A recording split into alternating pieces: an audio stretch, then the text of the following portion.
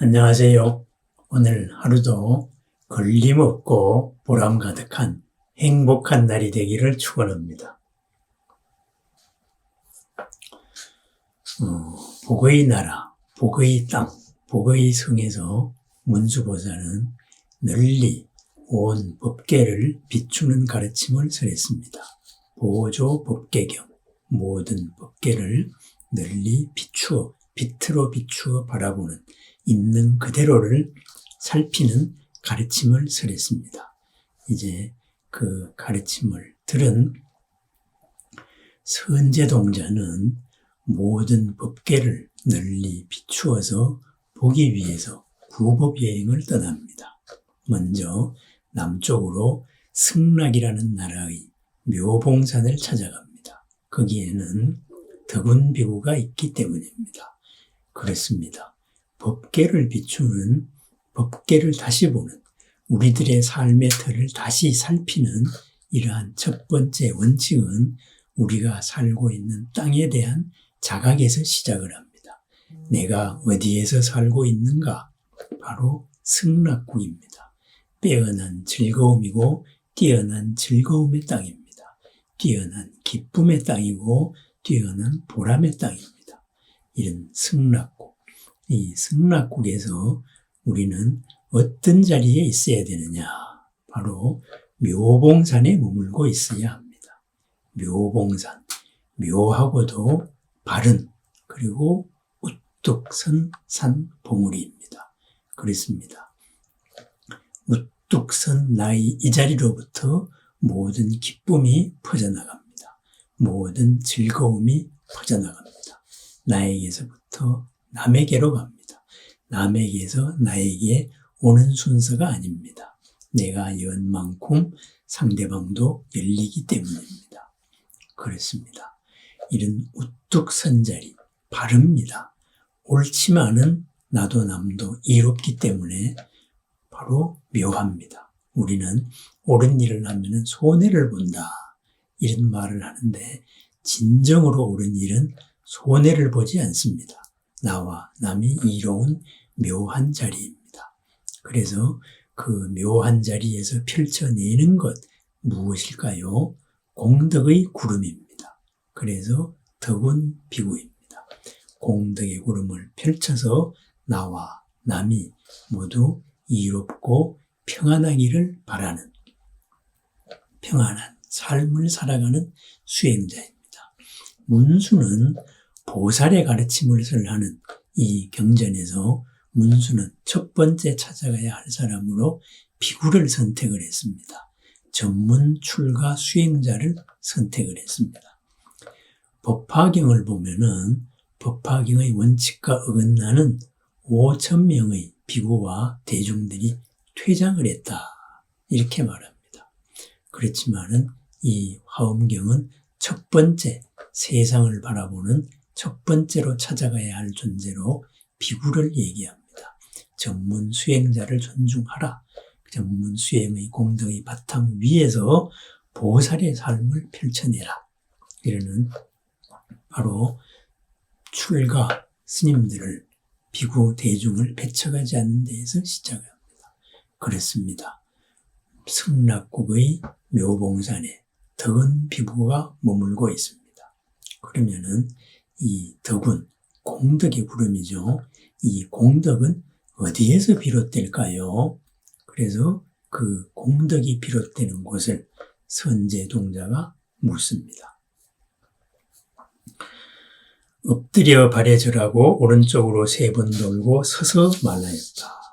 거룩하신 이여, 저는 이미 안욕따라 삼맥삼보리심을 내었사오나 보살이 어떻게 보살의 행을 배우며 닦으며 보현의 행을 빨리 원만하게 성취하는지 알지 못하나이다. 바라옵건대 자비하신 마음으로 말씀하여 주소서. 어찌하면 보살이 안욕따라 삼맥삼보리를 성취할 수 있습니까? 이 간절한 물음에 덕운 비구는 선제동자에게 이야기합니다. 훌륭하고 훌륭하다 선남자여. 그대가 이미 안욕따라 삼맥삼보리심을 내었고 보살행을 물으니 이것은 어려운 중에서도 어려운 일이다. 그래서 선제 동자를 칭찬을 합니다. 그러면은 이러한 보살의 행을 구하고 보살의 경계를 구하고 보살의 세간을 초월하는 도를 구하고 청정한 도를 구하고 보살의 청정하고 광대한 마음을 구하고 보살이 성취한 신통을 구하고 보살이 살아가는 해탈물을 구하며 보살이 세간에서 짓는 업을 나타내기를 구하고 보살이 중생의 마음을 따라줌을 구하고 보살의 생사하고 열반하는 그 문을 구하고 보살의 함이 있고 함이 없음을 관찰하되 마음이 집착함이 없음을 구하는구나. 이렇게 선제동자의 구법을 칭찬을 합니다. 선제동자의 부도행을 칭찬하면서 하나하나 확인을 합니다. 그래서 이제 이 덕운 비구가 법을 설합니다. 무엇을 설할까요? 모든 공덕은 어디에서부터 비롯하느냐. 이러한 공덕이 비롯되는 수행, 그것을 설합니다. 바꾸어 말하면 뭐겠어요? 널리 세상을 보기 위해서, 그리고 널리 세상을 보고 이 세상에서 공덕을 실현하기 위해서는 해야 할 첫 번째 수행이 무엇이냐? 바로 이 가르침입니다. 덕운 비구는 염불을 얘기합니다. 삿띠 붙다, 부처님을 알아차리라고 말합니다. 부처님에 집중하라라고 말합니다. 삿띠라는 말은 책임이라고도 말하고 알아차림이라고, 저는 알아차림이라고 말하고 있습니다만은 알아차림이다, 마음 챙김이다 등등 여러 가지로 번역을 하고 있습니다. 분명한 것은 부처님의 가르침의 원칙, 이 바탕 위에서 그 바탕을 확인하면서 모든 것을 알아차리는 것입니다. 나와 남을 알아차리는 것, 나에게 일어나는 것을 있는 그대로 알아차립니다. 업의 부리즘을 통하지 않고 알아차립니다. 남에게서 일어나는 것 또한 그와 같이 있는 그대로 알아차립니다. 나의 업의 프리즘으로 바라보지 않습니다. 나의 관념의 틀로 해석을 하지 않는다. 업식에서 벗어나지 않고 업식을 알아차리는 것, 이것이 삿띠입니다. 그러면은 공덕이 비롯되는 이 삿띠, 바로 염불, 부처님을 알아차리는 것은 어떻게 알아차리냐? 바로 덕운 비구의 법문이 비롯됩니다. 그렇습니다. 모든 공덕을 알아차리는 것은 부처님을 생각하는 것입니다. 염불이라 해서 부처님의 이름을 부르기만 하고 부처님을 생각만 하는 것이 아닙니다. 부처님을 알아차려야 됩니다. 그러기 위해서는 부처님을 알아야 됩니다. 부처님은 어떠한 경지에 이르셨고 어떠한 삶을 지금 사시고 계시고 어떠한 서원으로서 어떻게 몸을 놔두시는지, 우리와 관계는 어떠한지 항상 나와 함께하고 있는 부처님을 알아차리라. 이렇게 해서 염불문을 구합니다. 부처님과 함께하는 삶을 덕운 비구는 이야기합니다. 모든 공덕이 비롯하는 곳, 바로 부처님을 알아차림에서 비롯합니다. 그러면은 그 부처님을 어떻게 알아차려야 할까요? 이 염불에 대해서는 또 한번 자세하게 우리 덕운 비구의 말을 통하여서 살펴보겠습니다. 그렇습니다.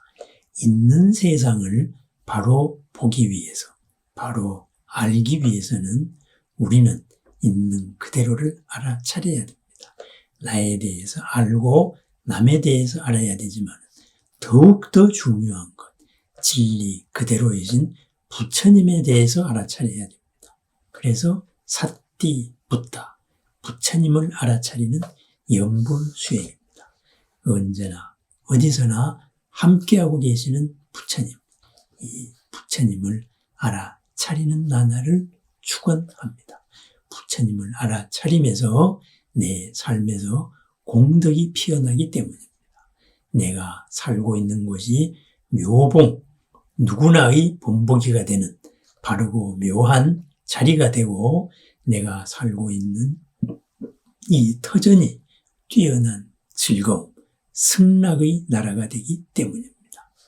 부처님을 알아차리면서 염불을 하면서 부처님과 함께하고 있다는 자각 속에서 바로 묘봉의 삶, 묘봉의 터전이 마련되고 내 모든 이웃이 빼어난 즐거움, 뛰어난 즐거움, 훌륭한 고가 없는 즐거움의 삶을 살게 됩니다. 오늘 하루도 부처님을 알아차리면서 이루어 나가는 모든 공덕과 걸림없고 새로운 즐거움의 하루를 축원합니다. 감사합니다.